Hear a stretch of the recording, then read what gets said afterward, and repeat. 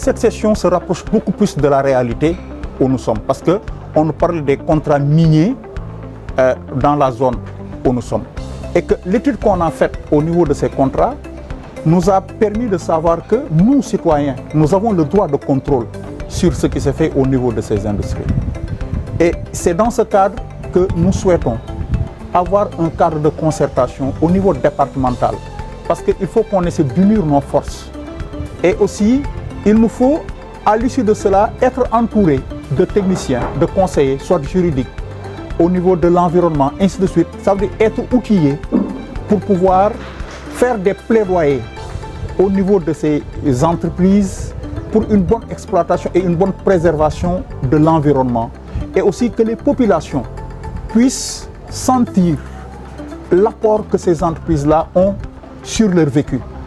Mais on se rend compte aussi que même les entreprises doivent faire un contrôle. Parce que si l'entreprise s'engage à verser un fonds, qui est un fonds d'appui au développement local, et que l'État qui doit reverser cette somme aux populations a gardé l'argent.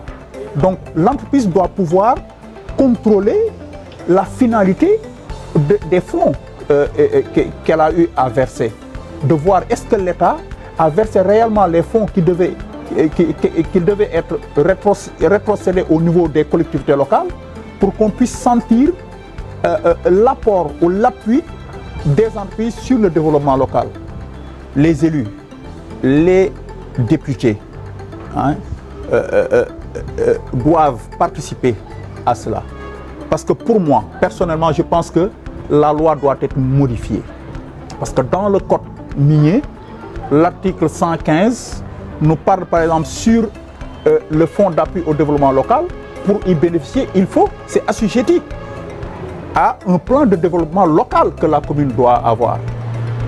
Et moi, je pense que si cette somme, le fonds d'appui au développement local, est destiné aux collectivités locales qui abritent ces sociétés minières, mais il ne sert à rien de le reverser à l'État qui va faire une rétrocession.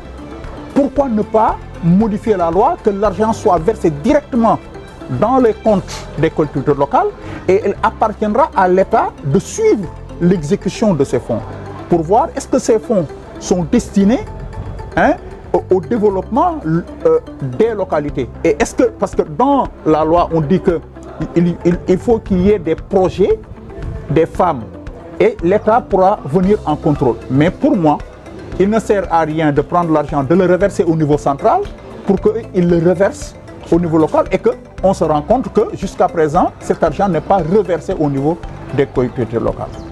Donc, ce cadre de concertation nous permettra de pouvoir être outillés sur le plan institutionnel et de savoir qu'est-ce que la loi nous confère, qu'est-ce que nous pouvons faire. Parce que quand même, nous sommes dans un État qui est, et nous avons des règles à respecter. Donc, qu'on sache les voies et moyens que nous devons faire pour pouvoir bénéficier de tout cela. Parce que dans la Constitution du Sénégal, on dit que les ressources naturelles appartiennent au peuple. Mais si les ressources naturelles appartiennent au peuple, des entreprises exploitent et vendent, il faut qu'il y ait des retombées au niveau local.